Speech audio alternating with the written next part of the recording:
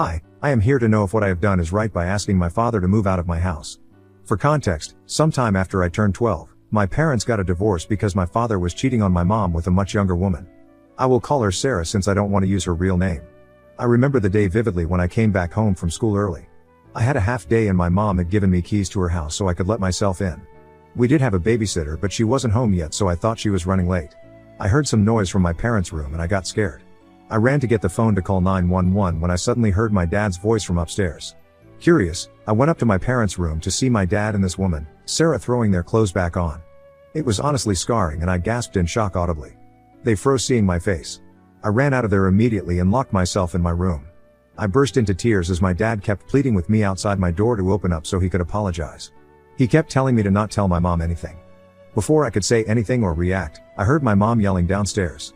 I opened the door to see my mom standing in the doorway looking at my dad angrily. Apparently, the babysitter had canceled at the last minute so my mom had rushed in from the office after taking a half day so I wouldn't be home alone. She had discovered Sarah trying to get into dad's car outside and had put two and two together. My dad had driven them to the house thinking that nobody would be home at this time.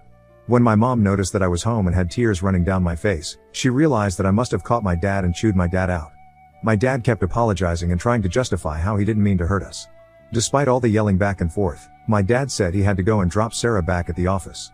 My mom couldn't believe his words that in the middle of our fight, he was going to walk off and drop his mistress. My mom told him that Sarah could take a cab but my dad insisted saying that he couldn't let her do that. My mom's eyes widened in shock upon hearing his words and my dad left. This affair was very unexpected as my mom and dad had been together for a very long time. His mistress was a woman he worked with who was 20 years younger than him. I don't know what she wanted out of him but I guess it was so important that she had to destroy our family over it. Over the days through several fights, my dad eventually confessed to my mom that Sarah was pregnant. This was devastating for my mom to hear as my mom always had pregnancy-related issues and had miscarried twice after having me. He wanted Sarah to keep the child and had made up his mind about leaving us to start a family with him. This led to a nasty divorce between them. My dad tried to get a hefty alimony from my mom. You see, my mom comes from an affluent family but my dad doesn't. In the divorce, my dad wanted our house and wanted to kick my mom out, but because he had cheated, he lost the battle. Throughout all this, my mom tried her best to shield me from what my dad was doing to her but I was old enough to know what was happening. It was a really difficult time for me. Throughout the divorce, my dad never once apologized to my mom or me for what he had put us through. My mom didn't want to separate me from my dad so she allowed him weekend visitation. After the divorce happened, my father moved out and started living with Sarah. In the beginning, my dad tried his best to visit me during the weekends. He tried to be sweet and spend time with me doing things that I loved. But as days passed, he started to smell of alcohol and I hated the nauseating smell. I remember once when we went to get ice cream, my dad fell asleep on the bench outside the shop. I was so scared that something had happened to him that I called my mom immediately. When she arrived, she could smell the alcohol in him like I did and realized quickly that he was too drunk to drive and had fallen asleep. She called Sarah from dad's phone to come and pick him up and brought me back to the house. As you can imagine, my mom was royally pissed off at my dad for putting me through danger. My mom wanted me to have a good relationship with my father regardless of their divide, but for him to drink and drive had put not only him but me at risk. Later, when my dad was sober, he didn't even bother apologizing to my mom. He kept saying that he just wanted a nap and that wasn't a crime. My mom warned him to not drink on the days he had to come and see me and my dad agreed. After this incident, I was scared to go anywhere with my dad. Although my dad kept his promise for a while, he slipped back into his old habits very soon.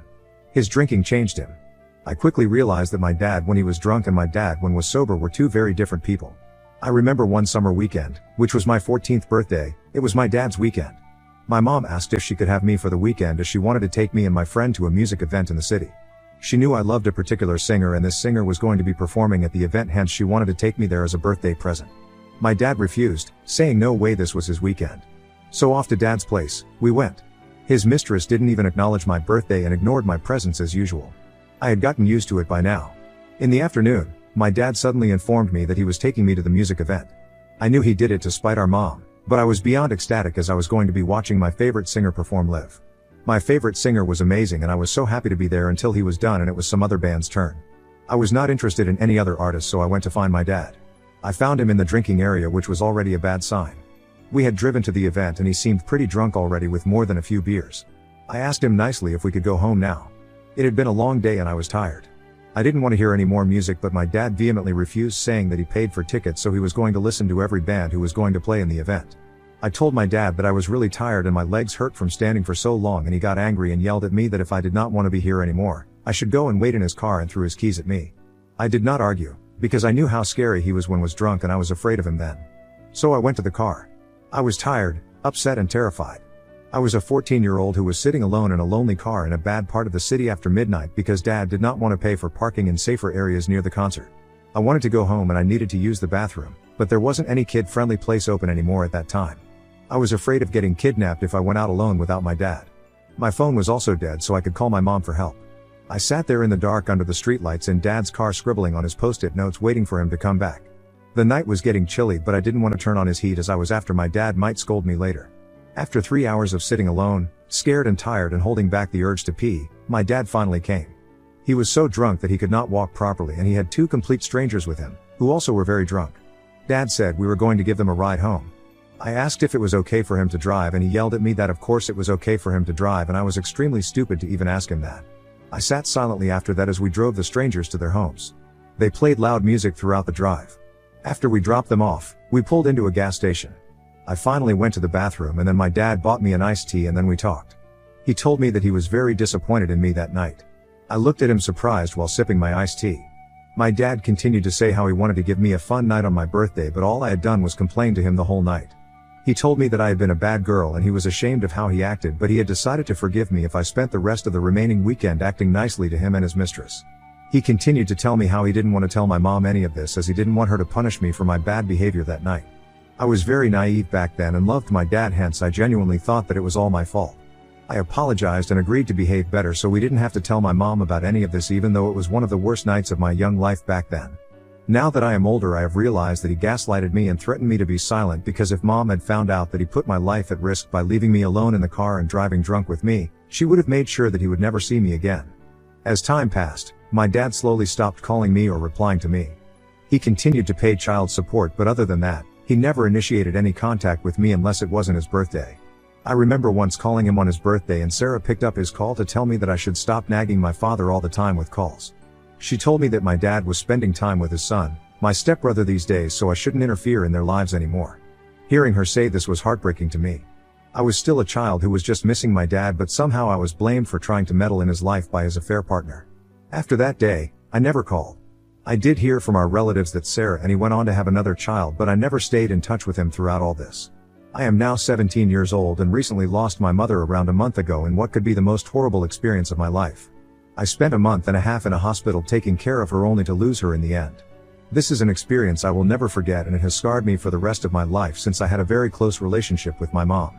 I resented my dad because of the heartache he caused my mother and I blamed him for her death.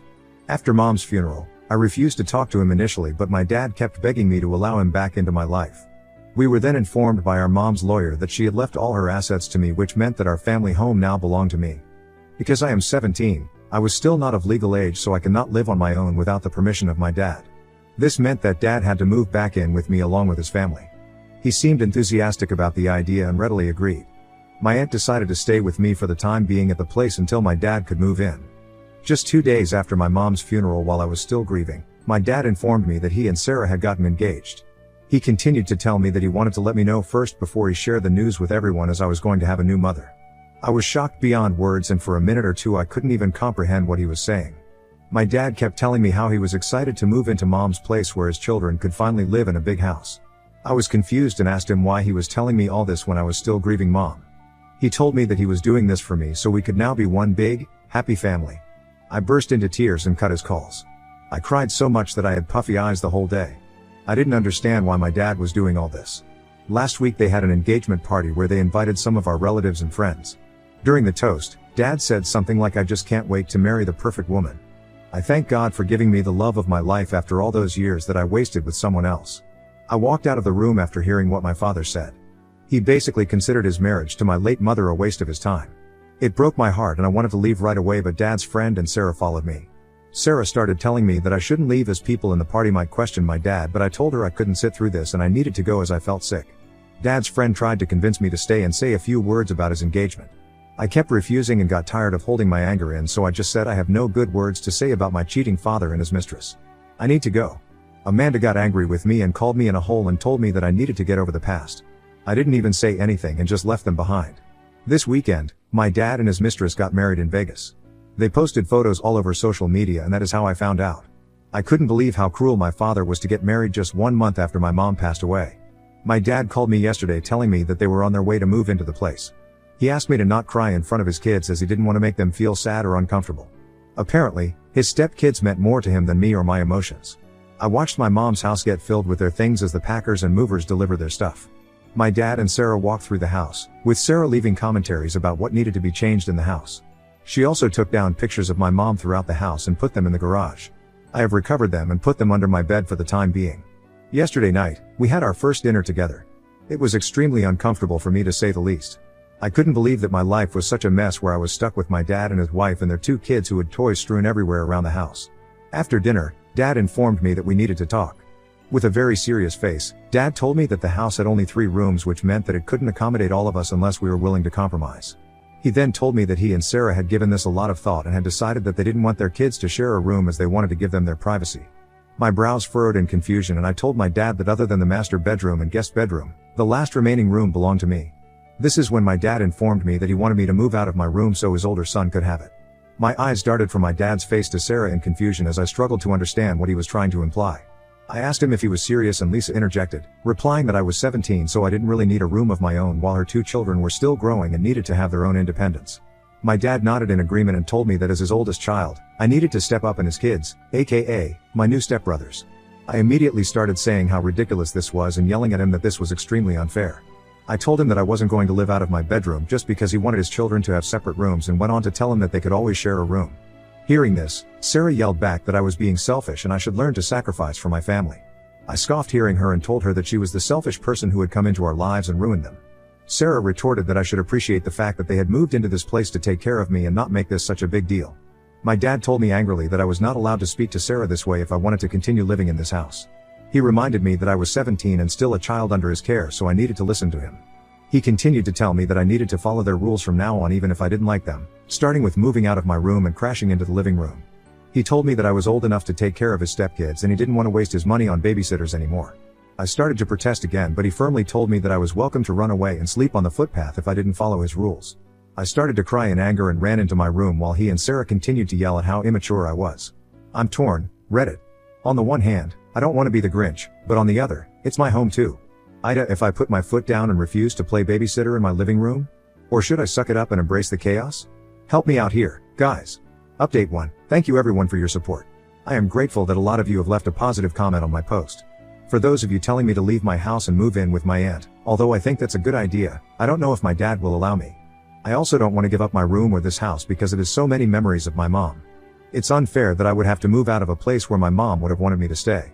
It breaks my heart to know that my dad doesn't even care about how I feel. It's just been a month of losing my mom and I am now being asked to sleep on the couch. I am probably going to cry myself to sleep tonight and will face this in the morning with a fresh mindset. I am too tired tonight to discuss this any further. Update 2. It's been a week since my last update. A lot has happened since then. For starters, after that night, I told my aunt everything about what had happened between me and my dad. She was shocked to hear the way my dad and Sarah had behaved with me. I told her how low I was feeling and how I couldn't take it anymore. My aunt, concerned about my well-being, immediately pulled up to our house to confront them. My dad was shocked to see her show up at our doorstep. She sat everyone down in the living room and spoke with a gentle but firm tone, emphasizing the emotional turmoil I was experiencing after my mother's recent passing. The conversation went something like this. Aunt, I understand these are challenging times for everyone, but I'm worried about Lisa, my name. Losing her mother and adjusting to this new family dynamic is a lot to handle. Can we talk about why you are making this transition even harder for her by threatening her? Dad, I am her guardian and I make the rules. She needs to learn to adapt to live with us. Life doesn't stop just because her mother is dead, and I can't coddle her forever. This is my decision for our family, and I expect her to fall in line. And, consider how quickly everything has happened, and the impact it has had on her. You have moved into the house and are asking her to give up her room just because you are her guardian currently. What happens 1 year later when she is finally able to inherit this house? My dad's eyes widened in shock upon hearing her words. Dad, this is my house now and I won't let her dictate how things will be in my own house. She's a child, and she needs to understand that. This is how it's going to be. Aunt, she has been crying since yesterday after your conversation and, sadly, you won't see the pain you are causing your daughter. If you continue down this path, I will help her file a lawsuit against you for mentally torturing her at her own home. My dad, initially defensive, gradually realized the gravity of the situation as my aunt continued to threaten, telling him that she had more than enough money to come after him. He took a moment to absorb her words and began to see the situation from a different perspective. Dad, fine. She can keep her room, but I expect her to help her out with babysitting my kids sometimes. Sarah and my dad looked at my Aunt Y died, who went on to tell them that she was going to involve their entire family and reveal to everyone about what they had done to me. Dad and Sarah must have finally realized that they could not do anything anymore. My dad, reflecting on your aunt's words, recognized the need for a more compassionate approach. Dad, you're right. I need to talk to her, and find a way to make things more bearable. I won't ask her to give up her room or take care of her step-siblings. After the conversation, the tension in the house eased a bit, and my aunt's intervention played a crucial role in ensuring your living situation became more manageable. My aunt has promised me to call her if my dad or Sarah went back on their word. I am a bit sad that it took my aunt intervening in our lives for my dad to understand the implications of his actions. If my aunt hadn't come to help me out, I would probably have been sleeping in the living room by now. Update 3, it's been 2 months since my last update. After my aunt's intervention and a series of discussions, a more empathetic approach has been adopted in your new family dynamic slowly. Over time, the tension has eased, and a new understanding has been developed. My dad and I have found common ground, fostering an environment where my feelings are considered. He is perhaps still afraid of my aunt and has not made my life any more difficult. Sarah, on the other hand, has refused to acknowledge me if my dad isn't around. She clearly resents me but doesn't cause trouble, so I will let her behavior slide. Gradually, some compromises have been made. I have joined therapy to deal with my grief, which has helped me to express myself better. This has made me realize the extent to which my dad has emotionally abused me over the years. Regardless of his supposed changed behavior over the 2 months, I can't wait to turn 18 so I can take back my house. I might not be cruel to them as they were to me, but I will be definitely asking them to move out so I can continue to live in my mom's house on my own, cherishing her memories. While challenges may still arise, I am committed to facing them and staying strong like my mom. My aunt and the rest of her family continue to show their support, and I know they will always be there for me.